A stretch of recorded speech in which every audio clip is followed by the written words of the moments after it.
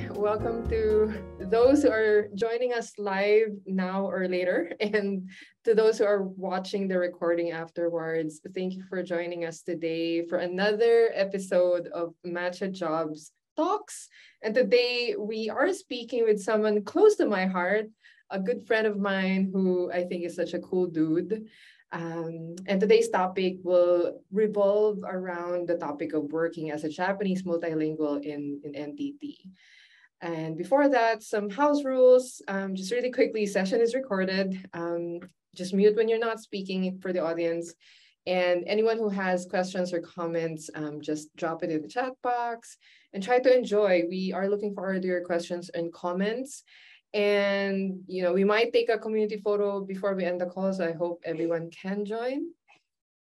And to those who are not familiar with us, we are Matcha Jobs.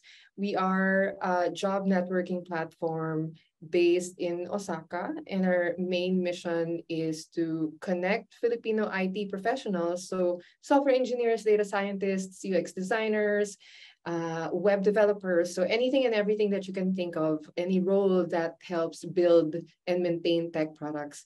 So those professionals who might want to explore working for Japanese companies in tech or companies who are going through digital transformation. So today we are speaking with, again, a cool dude. He's currently senior network operator for NTT. He's done a good amount of time working as a support person in Avid Technology in the Philippines. And while he's currently based in Tokyo, he has lived in the Philippines for, I think, over a year. I think he's a guitar master. And he is also dabbling in Brazilian Jiu-Jitsu. So, ladies and gentlemen, I present to you Sho Sakuragawa. Welcome, Sho. Hello. What's up? Thank you for being here. I feel like we just saw each other, but it was in May. Yeah, right. 2 months ago. How are you doing? How's it? How are things in Tokyo? Is it warm? Is it rainy? I feel like the rainy season came back and now it's hot again. So yeah, it's summer. Yeah. Right.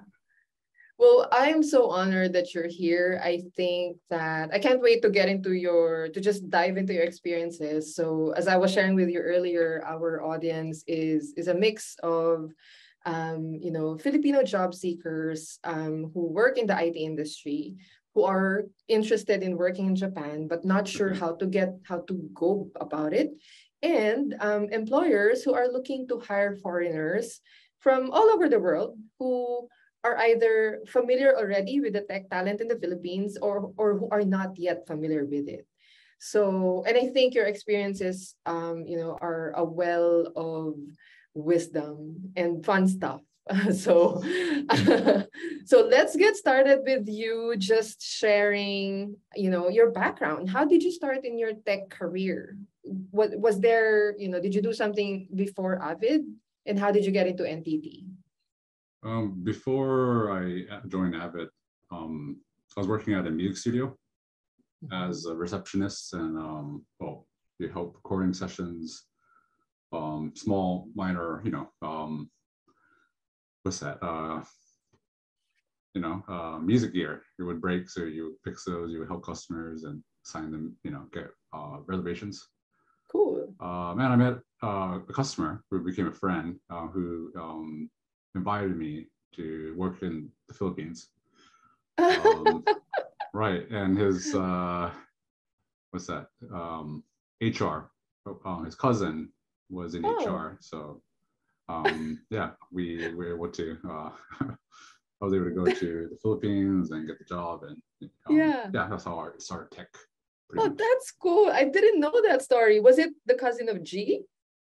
Or someone else? It was G's cousin. Yeah. I think that's a cool story. I didn't know that's how you got discovered. Right. And how was it? How did it feel when you heard about the opportunity? There was a big move from Japan to the Philippines, but you will be working on Pro Tools and music composer, I guess, media composer. If everyone is not really familiar with music software is that I thought it would just be like the functions of the software, but the customers would talk about the software side and like the computer side, like so the OS, you know, it'd be a Mac OS, it'd be a Windows OS. So that's where it got really tricky for me. So I had no background whatsoever. And I told the studio I was working in, they had Pro Tools. So I said, can I use it for 1 month? I did tamper around with it, but it just confused me more. It wasn't a great, what's that? Idea. Moral booster. It wasn't you know, comforting at all. But I feel, yeah, definitely. I was supporting Japan customers in Japan from the Philippines. So I didn't speak too many coworkers that were Filipinos, but they were able to help me definitely with a lot of tech because I needed that so bad. And so in that sense, I think that transition, I'm still very not good at tech, but I feel like this is a transition. That was a great transition. You're so humble. I remember seeing your stats. You know, you were doing so well. You know, you were the chill guy who did his work really well, and customers loved you, and there were no issues. So I'm actually surprised to know that you feel like you don't have a lot of the tech background. But how long was it that you were in the Philippines in Avid? Was it a year? It was a year and a half. So, but it felt like 10 years. Yeah. Yeah, going to a new country definitely was another. Oh my gosh. Well, the first time I moved out of my parents' house and top of that, a new country. So that was a crazy move for sure. Oh my goodness. Yeah. Okay, so the move, are you able to share, you know, what you can share about that? You know, right. It was uprooting yourself. It was completely, you know, although you spoke really great English, but it was a different country. You didn't know anyone, I would assume, before the move. Right. Well, my sister lived in Baguio at the time, so we were able to, you know, hang out every now and then. But she wasn't really there, so we definitely, I had no. At least my friend that introduced me to Avid, he went there sometimes for work, so we would meet up sometimes. But other than that, I knew nobody. So it was definitely a very big transition.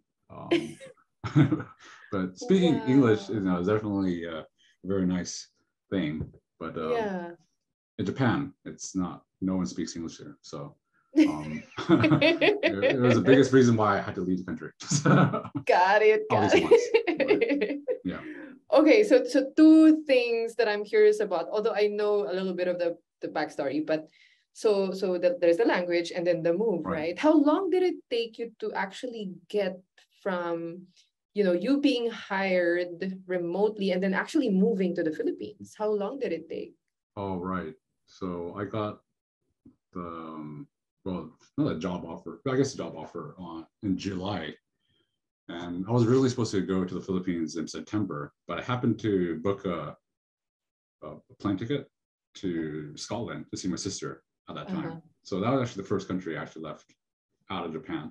But I went to Scotland. But so basically, I didn't really have much time to prepare but it happened very quickly because I arrived in the Philippines on October 1st. So I probably waited 3 months to make a very quick decision. Yeah, that's fast. What was your indicator that, okay, I'm gonna take this job offer, apart from the English? I felt like music in general right now is just not selling very well. Like record labels, you don't really sign to the record label unless you're pretty big.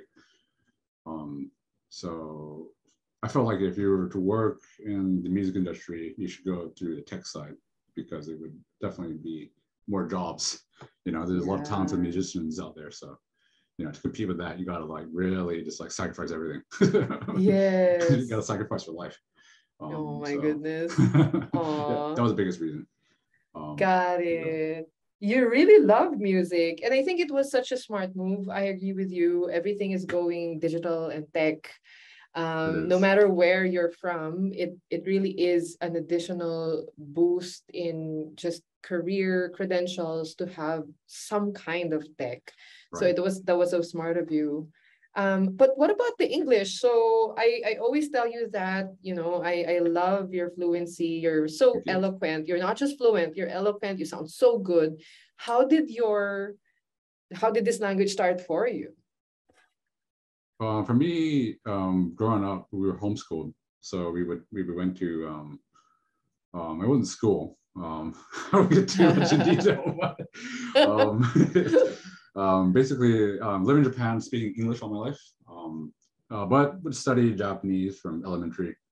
Um, so I had a understanding how to read kanjis and to write them, but definitely to construct sentences is still a struggle for me right now. But English has always been not taught, I guess spoken at home. So my friends, even now, probably 8% of them are, English speaking people.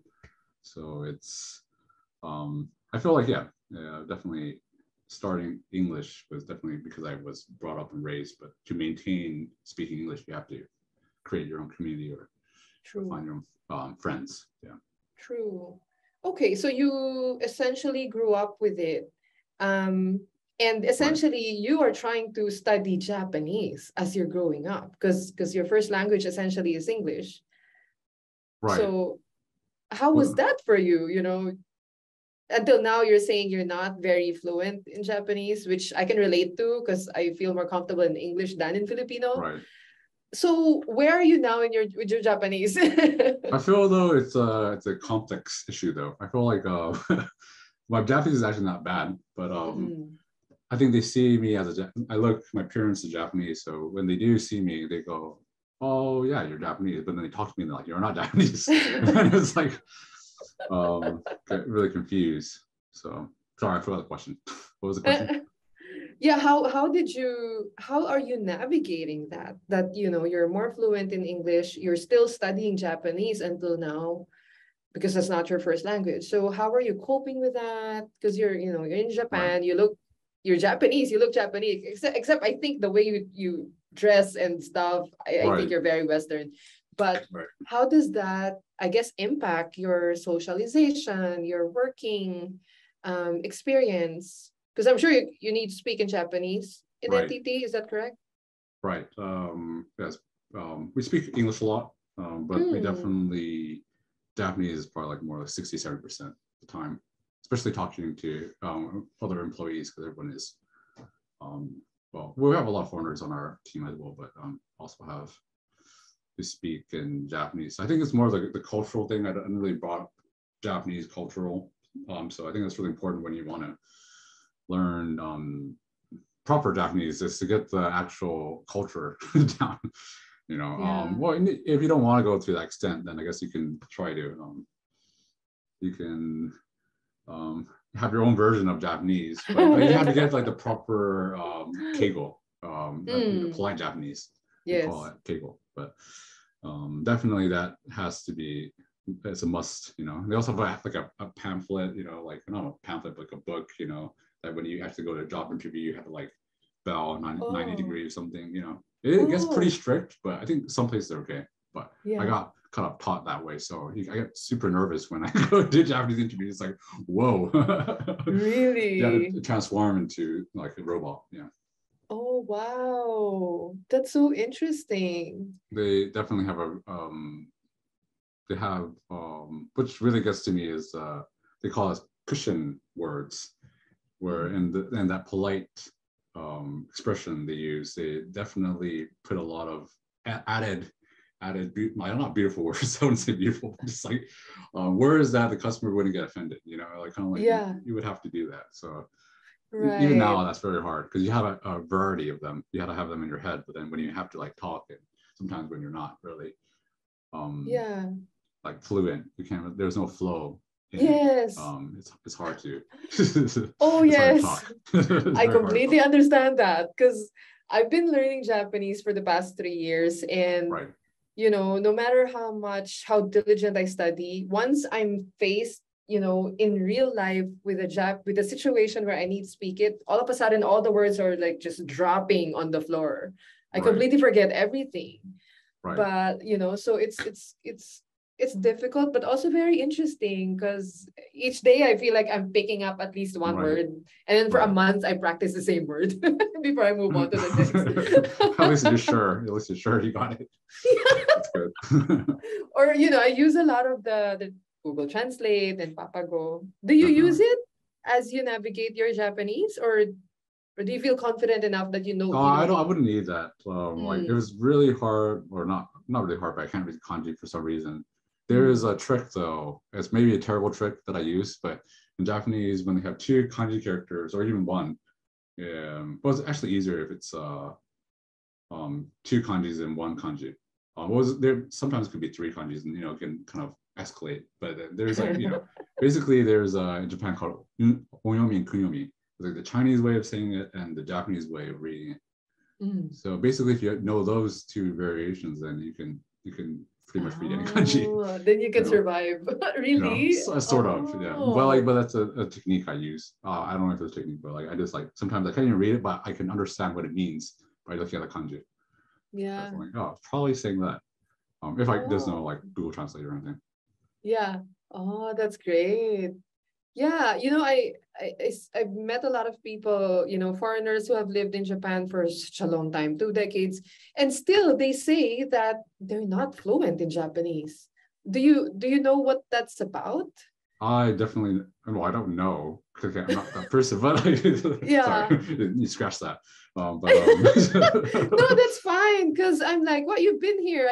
I'm sure you're fluent, but I'm not sure if are they super humble, or is it really that hard, you think? I definitely see the ones that are not good is when they don't have any Japanese friends, like they have a foreign community, which I think is a bad thing, but Japanese is definitely something that it's like so odd, like to speak, like because I speak English and Japanese, but like just how the way you would talk to somebody is very different. Maybe Yes. I'm not very, I'm trying to get the flow better because they also have this rule like you're talking to your elders, or you're talking to someone that's the same age as you, or you're talking to someone that's not lower class, but someone that's more junior than you. More junior than you. You're so funny. No, that was the word. But basically, if you can get that down, that's really easy. But I felt like foreigners that are not very good, they use that direct, like I'm same age kind of Japanese. And I think when Japanese people see that, they go, oh, he's a foreigner or she's a foreigner. So, it's totally normal for them to be in that level. But I feel like if you're always in that safe space, you don't get really good. And so I think it's just surround yourself with Japanese speakers.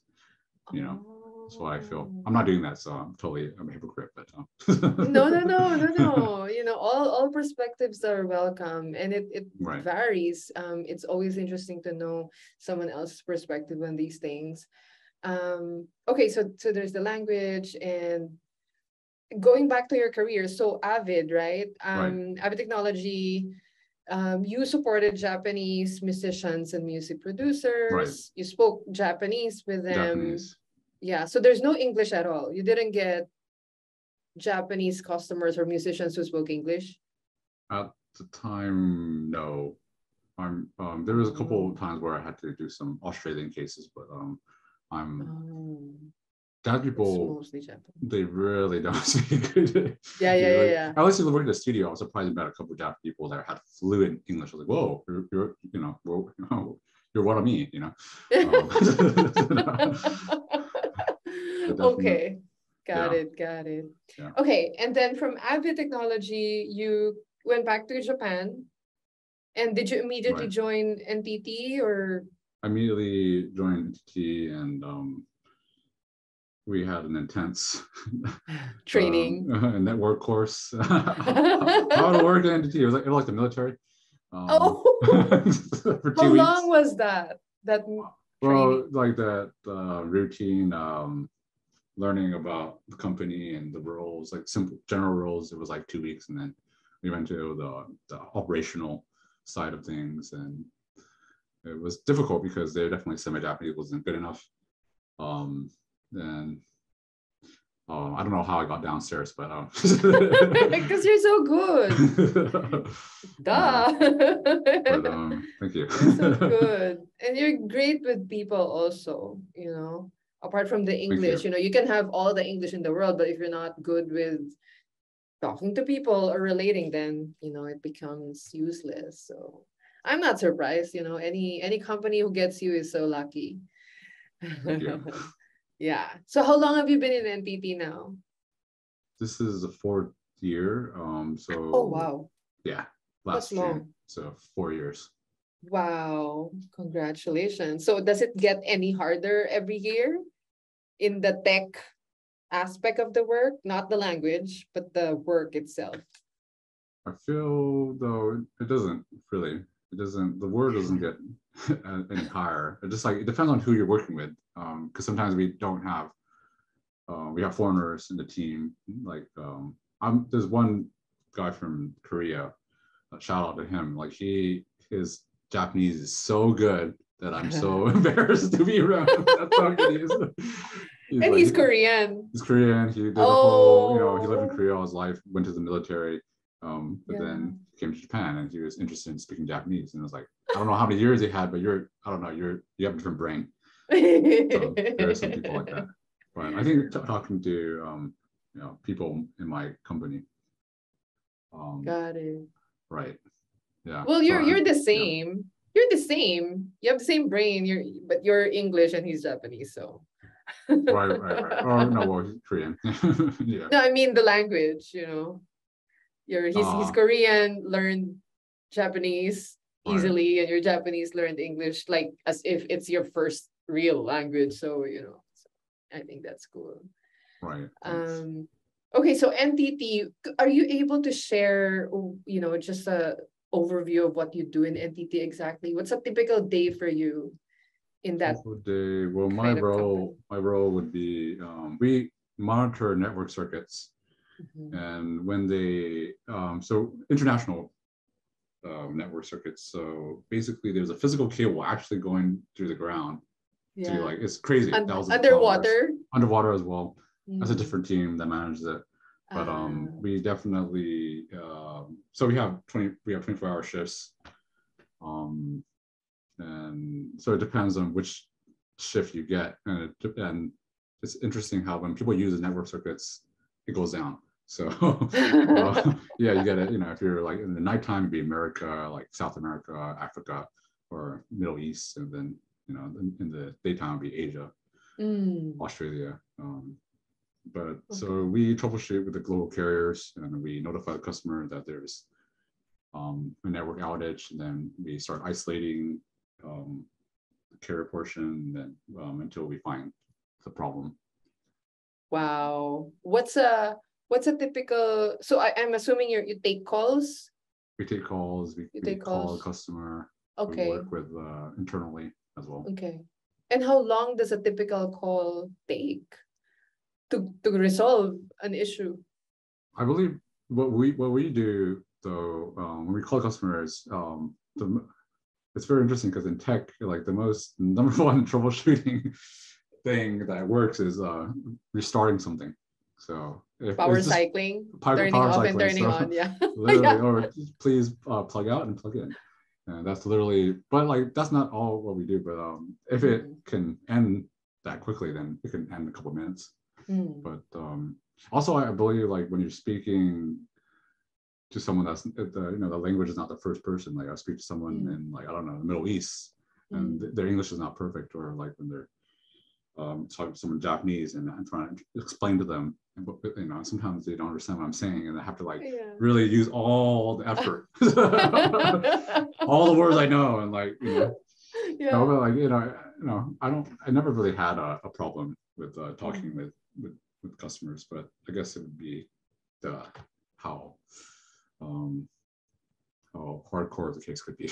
I love it. Spoken like a real musician. Thank you. I even had to find words for that. Yeah. Well, yeah, it makes sense. So wait, right. So do you get so when you get people from the US or Middle East, are they Japanese speaking or are they a mix? They would be mostly we work with Japanese companies, so the representatives would be Japanese, but Got it. the local personnel could be foreign, Got working with the it. Japanese people. So it really varies. Like, so you got to really be ready in language. Yeah. So you are finding yourself switching between the language depending on who you're talking to. Depending on who you're talking to, I find that very difficult, especially because if you have that real Japanese politeness, you're still polite Yes. to your foreign customers, but it's a very different politeness. So so I feel like try not to get like, oh my goodness, this is a Japanese person, I need to talk to this Japanese person. Yes. It's more like calm down and then just talk as slow as you can to regain your composure. Yes. And talk about what you need to talk about. Luckily, been doing this so many years, so it's getting easier to do that, to be able to depending on who you are talking to, or you have to talk to them very slowly or very simple because they don't understand what you're saying. But I feel like any nationality, it's the way you talk to them, the individual. So definitely communication skills is definitely very, very important. Yes, super essential no matter what you do. So do you I'm sure you have English speaking coworkers, but do you usually get pulled out for the English calls? Actually, everyone in my team is very proficient. Oh. They might not be like their accent maybe not have American or British, what you think is like a stereotypical person would have, but I feel like they're pretty good at what they do. Oh, cool. That's cool. Right. Cool. Okay, so wait, do you have Filipino teammates where you? As of now, no. We have Korean coworkers, Nepalese coworker. Recently, a Hungarian person just joined the team. So nice. Yeah. And they all moved from their home countries to Japan also. Right. They're currently living in Japan. That's cool. So, one of the things that our community is curious about is how they could socialize in Japan when they start living here.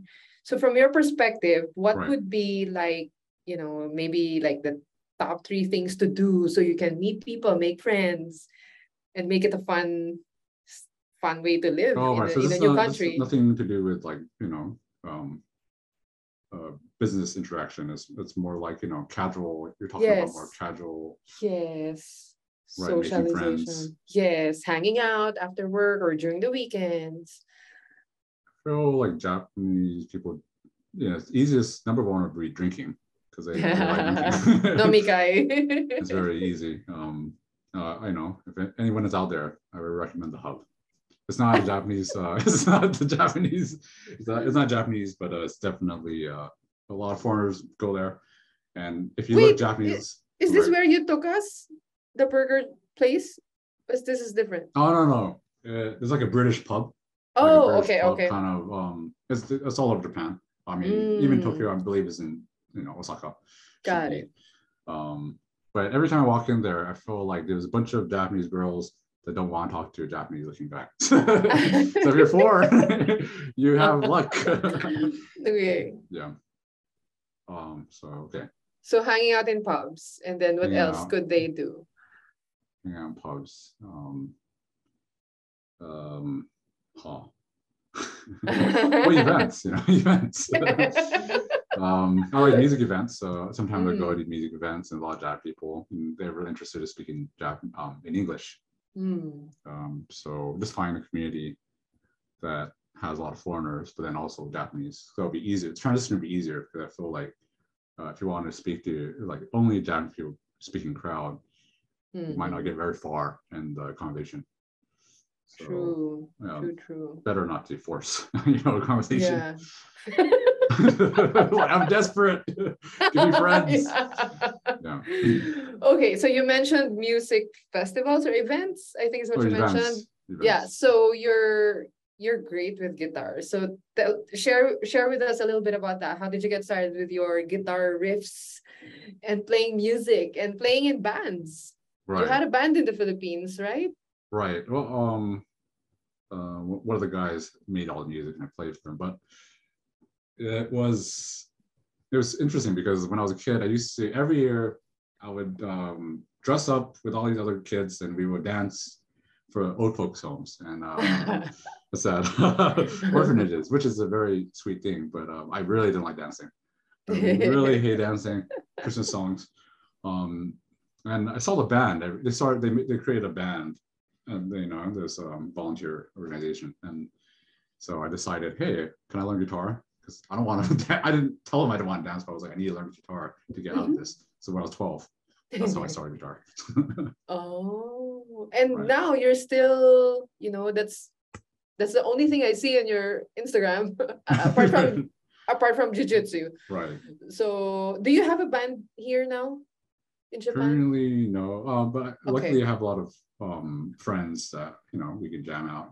Yesterday we a couple of my friends, we went to Kawagoe station and we went busking, but that was like 5 minutes, and that was so weird because we did not practice whatsoever. And then my friend was like, "Hey, just play." We're like, "Okay," started playing. And then my friend started rapping, and I was like, "Well, okay." Oh my goodness! Is there a video? There is a video, but I don't know if I'm gonna post that. Oh, I'd love to see it. I love watching the buskers. I think it's so sweet and raw and especially just in this heat. heartfelt. Yeah. So what did you guys play? Was it metal?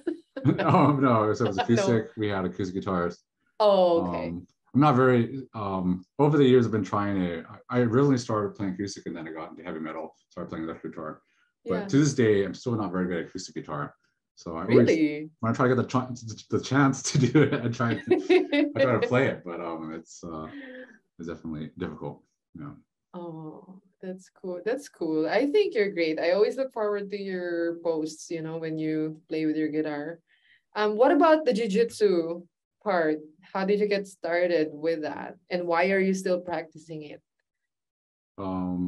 Right as of now, I did injure my thumb, so I wasn't going for like a month. But it's like 5 minutes away on bicycle, so I'm no excuse. But I felt like the reason why I started too was very interesting because I just like all of my friends, my brother would they would like fighting. They were like and I really didn't want to get hurt, so I just always avoided it. But after years, my brother was telling me, "Hey, let's do it." And we started getting like watching UFC, and then I didn't get like getting hit anymore. It's not like I was getting abused. I'm just saying that we were just playfully. So I decided, I think it's a real mental game. Like Brazilian Jiu-Jitsu is like it's all very physical, but like sometimes it's like it's very helpful to kind of overcome some like what it is like you think that you can't do it, but then you go a couple more rounds, you fight somebody and you don't even know what you're doing. I'm like I don't know what I'm doing, but because like you have to like make up some moves or you have to get out some weird oh really situations. Or I think I got really discouraged. Like there was like 1 week I just got choked 5 times in a row and I was like I don't know if I can do this anymore. Oh my goodness. But I feel like I can go back soon. Just COVID cases recently are crazy. I know. So. Yeah. There's another wave, right? Right. It's uptaking again. Yeah. So what's the situation there? Is it like a full mask everywhere, social distancing? People still wear masks, but I believe I don't know if it's like whole Japan, but I believe it's whole Japan. Like actually you don't need to wear masks if you're like like 2 meters away from somebody. Yeah. I don't wear here. Yeah. Unless, some certain establishments still require, but for the most part, I don't wear. Right. The same over here. It's like the restrictions, there's really not much like, the restrictions that already they haven't added anymore. Yeah. So Yeah. I just wear a mask. That's about it. Right. So NTT is a prestigious company, right? And Right. what do you think, apart from your, the skills that you already have, that I mentioned, you're great with people, you're smart, you're intelligent, you're willing to learn, you're so trainable. But what do you think are, like, I guess, basic, not really tech, but what could be basic things that NTT could be looking for in their team members, you think, based on your experience? Or We have experience, definitely. If you're working for a Japanese company like NTT, you have to speak pretty good Japanese to get in. But okay. I feel like they like you to be able to like make your own decisions. Like it is scary. Sometimes I do, chicken out, and I'm like, I'm gonna make my supervisor make decisions.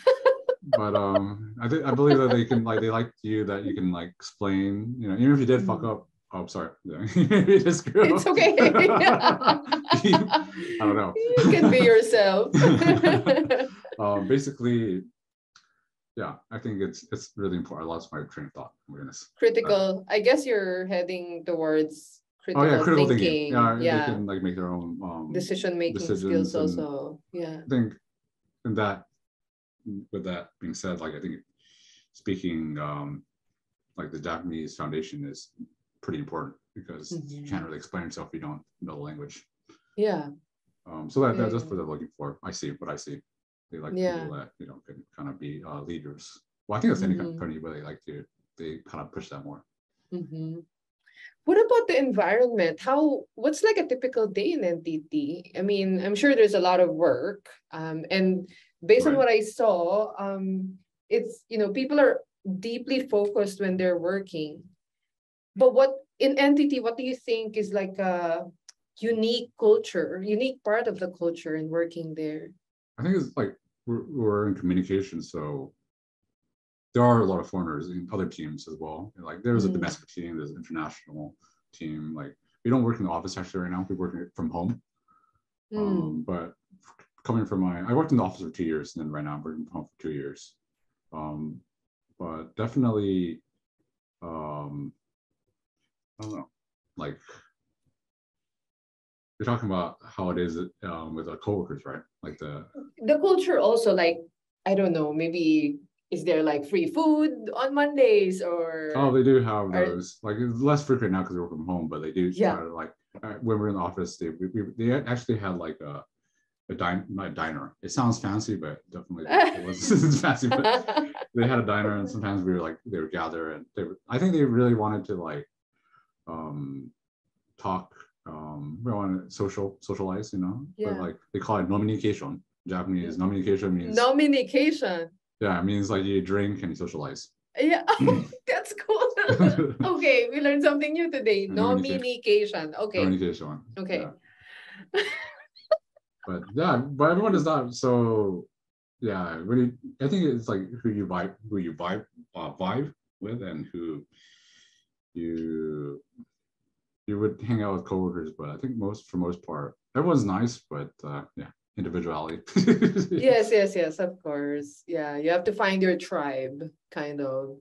Right, because like not only Japanese people there, so I think that's where it's like very different. I can't really say about a Japanese company because a lot of foreigners in there, and it's more the international side of the department I'm working for is bigger. Yeah. So I feel there? Sorry. I don't know. I wasn't gonna say anything. I think I was just gonna mutter something. Nothing important. I'm sure it was important. If you remember, just share. Okay. I was gonna ask if there are like team building activities. Do you go out as a company?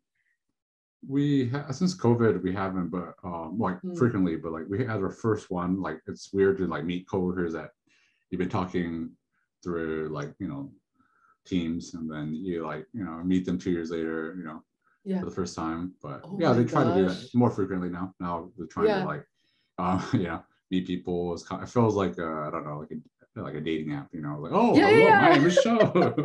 Oh, right. Nice to meet you finally. Yeah, I know. You know, I haven't met the Right, team at Matcha Jobs in person because we built the company in right, January this year. right, So I know how it feels. I'm just so excited to meet them and hug them and just right, really share physically a cup of coffee together. Because right right, now we're doing, virtual coffee and cake. So, right. oh, that sounds like fun. So is it casual or is there like a dress code in NTT or anything like that? I was very surprised because I got a beard right now, but maybe I was being a little bit of a rebel. One time I had a beard. It was probably like 2 or 3 times bigger than this beard. They didn't say anything. I was wearing checkered slip-ons. They didn't say anything. The only thing you can't wear is you can't wear like beach sandals. You can't wear Yeah. like shorts and no jeans, no No t-shirt, jeans. no jeans. Oh, okay, But like okay. slacks or it can be from Uniqlo, Mm, you or like a polo shirt. yeah. They Also weren't too smart fussy about shoes. casual. It's more Mm, casual. I feel got it. But that's cool. You're still put together, but you can be a bit casual. pretty Um, casual. yeah, that's interesting. So what are you looking forward to with, just you being still in tech and you're growing, you're Right, learning in the past 4 years in NTT, such a great company, right, working with foreigners, you get to speak a little bit of your English and also right. speak Japanese. What are you looking forward to in the next, I guess, 2 to 3 years?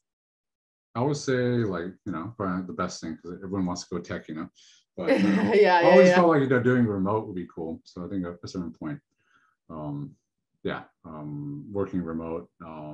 I have this like I don't know if it's ever gonna happen, but like living from a van is always very cool. So kind of Yeah. like like since I have some knowledge Yeah.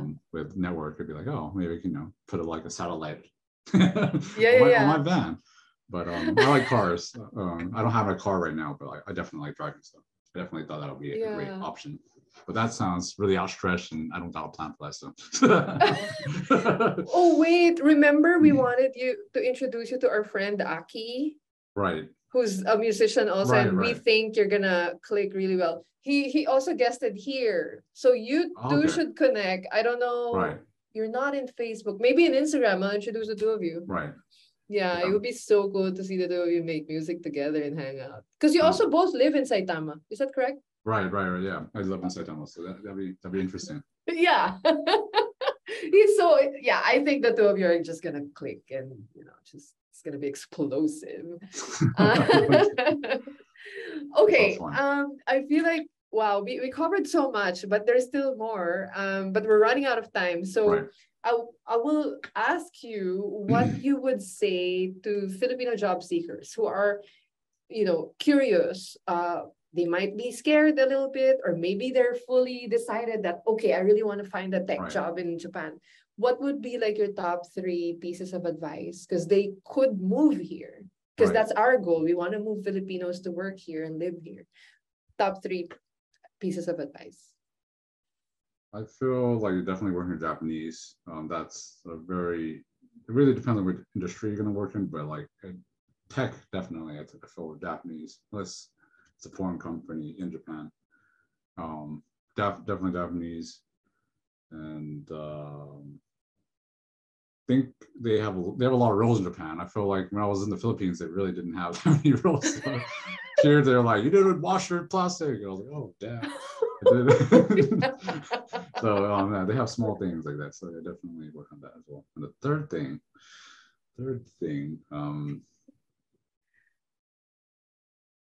but I've also felt like, yeah, I feel like everyone has the image of people being very strict and very, kind of like, I don't know. I think it really depends on who you talk to and who you vibe with. So I think definitely should, yeah, don't get too, I don't know, scared about The people I think or that's the the culture. Like, rules. it's Yeah. it's so weird because the rules are so important, but at the same time, you got to play around with the rules and just kind of Yeah. figure your own stuff. So, yeah, just don't True, overthink true. it. Yeah. Yeah. And I think it's the same in any place, and Right. not just in Japan. Right. You So, gotta accept it. Philippines. Yeah. So after a while, you figure it out. I mean, when I Right. was new here, I'm like, I was the goodest girl. Right. But now I kind of understand, like when to cross. When you're because you know how in small alleys, we still have the Right. small pedestrian lanes, even if it's just one step Right. forward, right? You still have to stop at the traffic light. So, Right. but sometimes if there's zero transportation or people, you can just cross. So just things like that. So Yeah, definitely Japan has the convenience, but yeah, the rules. yeah. The rules come with the Oh. convenience.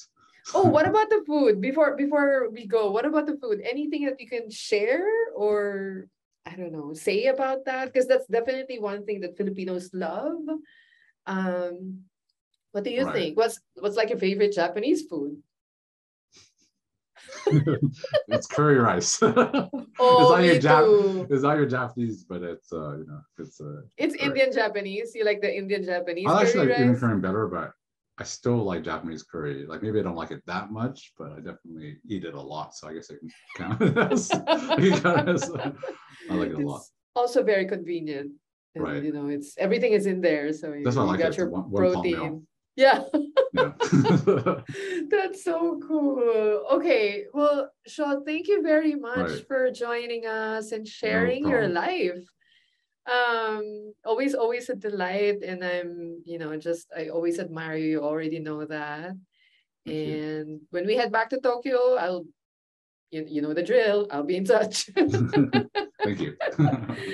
And I hope those people that are watching us, I hope I'm sure you're finding a lot of value and insights in this. So if you guys haven't yet, just go to matcha-jobs.com, sign up for the newsletter to get exclusive invites to talks like this, or just exclusive first Right. dibs on information and stuff.